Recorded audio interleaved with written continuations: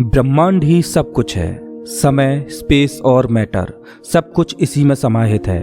हमारी पृथ्वी इस ब्रह्मांड में चट्टान का घूमता हुआ एक कण भर है, जो हमारी मिल्की वे गैलेक्सी में मौजूद 200 अरब तारों में से एक का चक्कर काट रही है। ये विशाल संरचना 90 अरब प्रकाश वर्ष की दूरी में फैले आकाश गंगाओं के सागर में सिर्फ एक बूंद के समान है।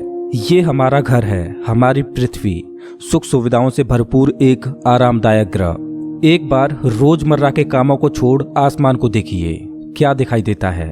आसमान में फैली एक विशाल काली चादर में टिमटिमाते हुए तारे कितने खूबसूरत लग रहे हैं। रात में हम जिन तारों को देख पाते हैं वो सब हमारी मिल्की वे गैलेक्सी के एक छोटे से पैच के तारे हैं। हमारी गैलेक्सी में हम यहाँ रहते हैं और रात के समय में हमें सिर्फ इस छोटी सी जगह के तारे दिखाई देते हैं। कितनी विशाल है हमारी गैलेक्सी, लेकिन क्या ब्रह्मांड के सापेक्ष में हमारी गैलेक्सी का कोई अस्तित्व है? नमस्कार दोस्तों, मैं हूं श्याम तोमर। स्वागत करता हूं आपका इस एपिसोड में, जिसमें हम ब्रह्मांड के आखिरी छोर तक का सफर करेंगे। तो अपनी सीट बेल्ट बांध लीजिए, क्योंकि हमारा ये सफर बहुत ही रोमांचक और खतरों से भरा होने वाला है। तो चलिए पृथ्वी की सतह से उड़ान भरते हैं और ब्रह्मांड के आखिरी छोर की ओर चलते हैं। जैसे जैसे हम पृथ्वी की सतह से ऊपर उठते जा रहे हैं, वैसे वैसे हमें पृथ्वी की सतह ब्लू स्फीयर की तरह दिखने लगी है। यह है इंटरनेशनल स्पेस स्टेशन, इंसानों द्वारा स्पेस में बनाई गई सबसे बड़ी चीज। ये 27,580 किलोमीटर प्रति घंटे की रफ्तार से पृथ्वी के चक्कर काट रहा है, जो कि पृथ्वी की सतह से लगभग 400 किलोमीटर ऊपर है। और ये 24 घंटे में लगभग 16 बार पृथ्वी के चारों ओर घूम जाता है। जैसे ही हम इंटरनेशनल स्पेस स्टेशन से और ऊपर जाते हैं, तो हमें इंसानों द्वारा बनाई गई कुछ और चीजें दिखाई देती हैं। सैटेलाइट्स। अंतरिक्ष में इंसानों द्वारा भेजी गई हजारों सैटेलाइट्स पृथ्वी का चक्कर काट रही हैं। सैटेलाइट्स का अंतरिक्ष में एक जाल सा बिछा हुआ है। चलिए और ऊपर चलते हैं। इतने ऊपर से पृथ्वी का नजारा तो देखिए, कितना खूबसूरत लग रहा है हमारा ये नीला ग्रह। हम पहुंच चुके हैं चांद के पास। हमसे पहले यहाँ पर 12 एस्ट्रोनॉट्स आ चुके हैं, जिनमें नील आर्मस्ट्रांग पहले व्यक्ति थे जो इसकी सतह पर उतरे थे, और उनके पैरों के निशान आज भी चांद की सतह पर देखे जा सकते हैं। चांद पर कोई वायुमंडल नहीं है, इस वजह से ये निशान सदियों तक ऐसे ही बने रहेंगे। हम अभी अपने घर से लगभग 4 लाख किलोमीटर दूर हैं और चंद्रमा से हमारा ग्रह कुछ इस तरह का दिखाई देता है। ऐसा लग रहा है जैसे अंतरिक्ष में एक ब्लू मार्बल रखी हो। चांद की सतह एक बैटल फील्ड की तरह लग रही है, जिसने पिछले अरबों सालों से कॉमेट्स और एस्ट्रॉइड्स की मार को झेला है। चांद का कोई वायुमंडल नहीं है जो कि कॉमेट्स या एस्ट्रॉइड्स को स्पेस में ही जला दे। सौभाग्य से हमारी पृथ्वी का वायुमंडल है जो हमें स्पेस से आने वाले खतरों से बचाता है। चलिए अंतरिक्ष में एक लंबी छलांग लगाते हैं। ये है हमारे सौर मंडल का सबसे चमकीला ग्रह वीनस। इसको पृथ्वी की छोटी बहन बोला जाता है, क्योंकि ये पृथ्वी की ही तरह रॉकी प्लैनेट है, जिसकी ग्रेविटी लगभग पृथ्वी के ही समान है।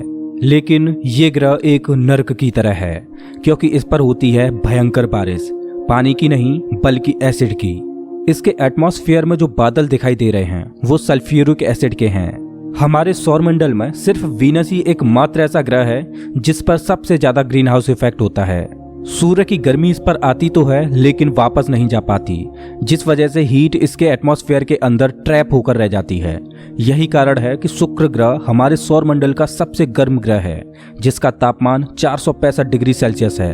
इसकी सतह पर काफी मात्रा में ज्वालामुखी मौजूद हैं, जो इस ग्रह को और ज्यादा खतरनाक बनाते हैं। इस एंग्री प्लैनेट पर कुछ भी सरवाइव नहीं कर सकता। चलिए अपनी जर्नी को और आगे बढ़ाते हैं। यह है सूर्य के सबसे पास मौजूद ग्रह मरकरी। इस ग्रह की धरती हमारे चंद्रमा जैसी नजर आती है, जिस पर बड़े बड़े गड्ढे मौजूद हैं। इस ग्रह के दिन और रात के टेम्परेचर में बहुत ज्यादा डिफरेंस है। रात के समय में इसका तापमान -170 डिग्री सेल्सियस पहुंच जाता है, तो दिन के समय में 400 डिग्री सेल्सियस को भी पार कर जाता है। चलिए आगे बढ़ते हैं। यह है हमारा भगवान।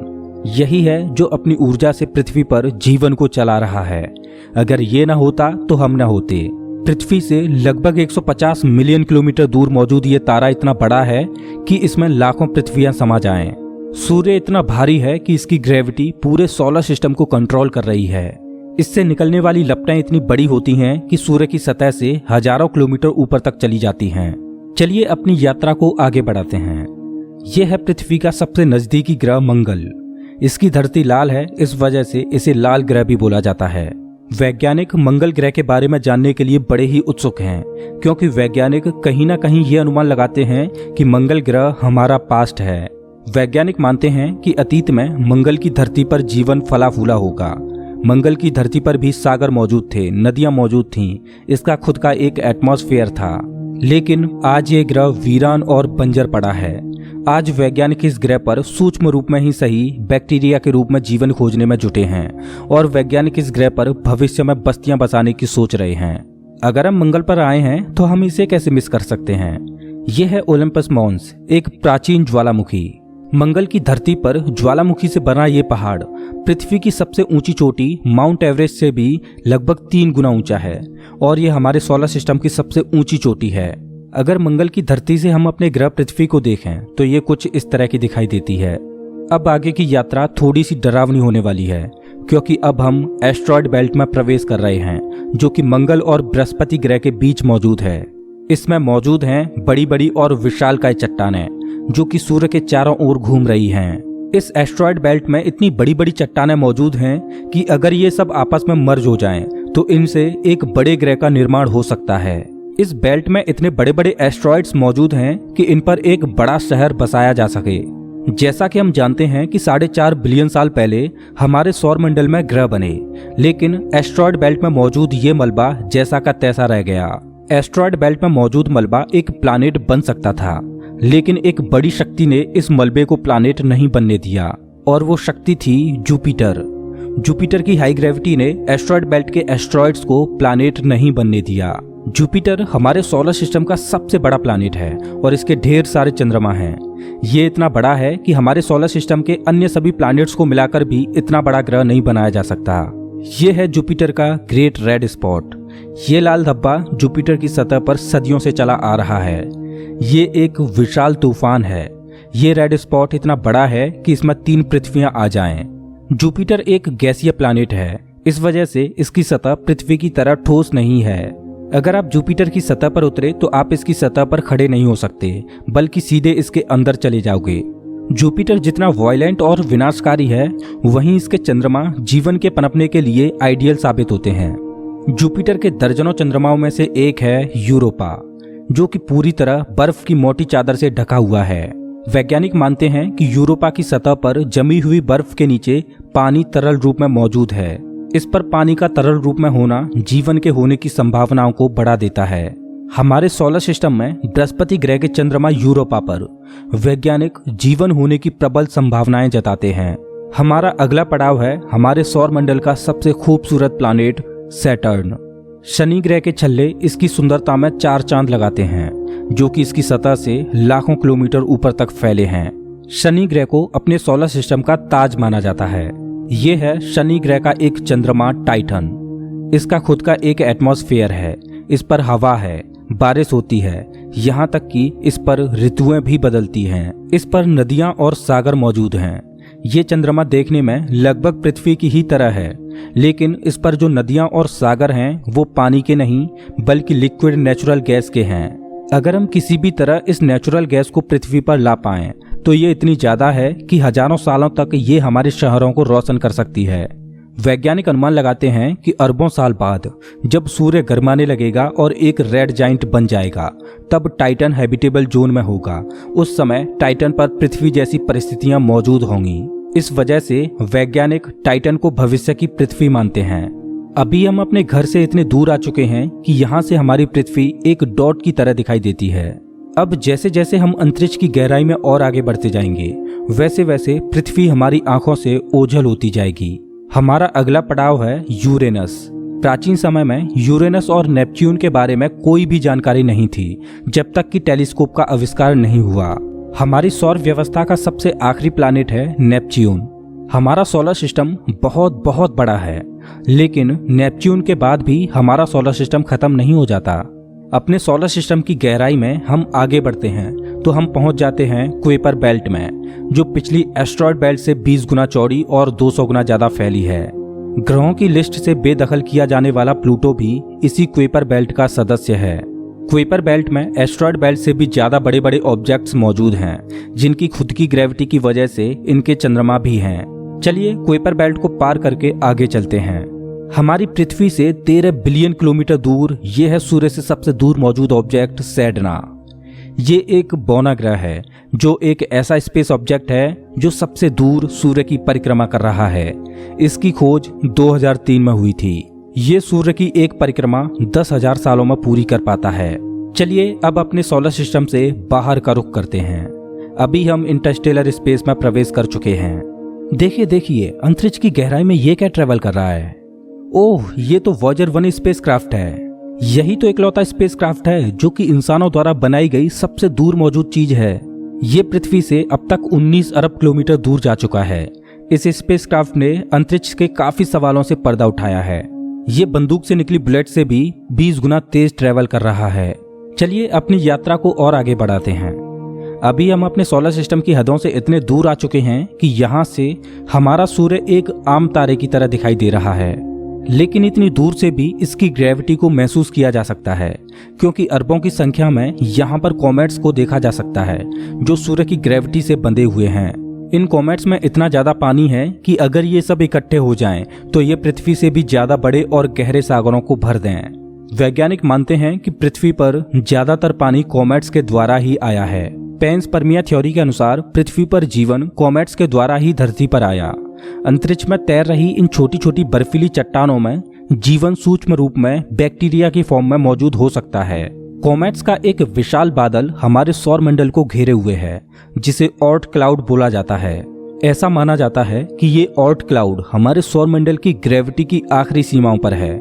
इसके बाद सूरज की ग्रेविटी कमजोर पड़ने लगती है, जिस वजह से इसके बाद सूरज का खिंचाव बहुत कम रह जाता है। अब यहाँ से आगे की यात्रा एक अननोन और रहस्यमयी स्पेस में होगी, जहाँ घुप अंधेरा है।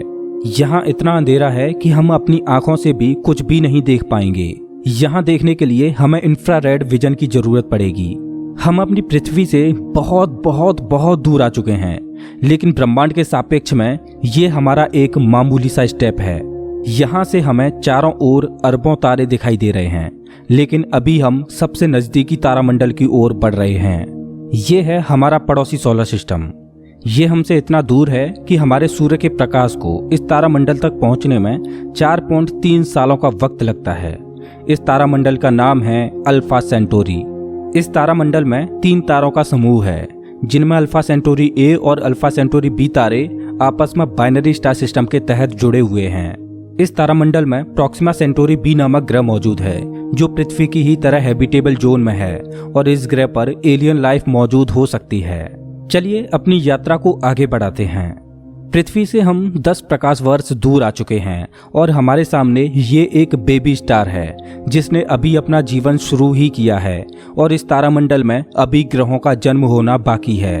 हो सकता है कि इस तारामंडल में किसी ऐसे ग्रह का जन्म हो जाए जो हमारी पृथ्वी की ही तरह जीवन को धारण करने योग्य हो, लेकिन अभी इसमें अरबों सालों का वक्त लगेगा।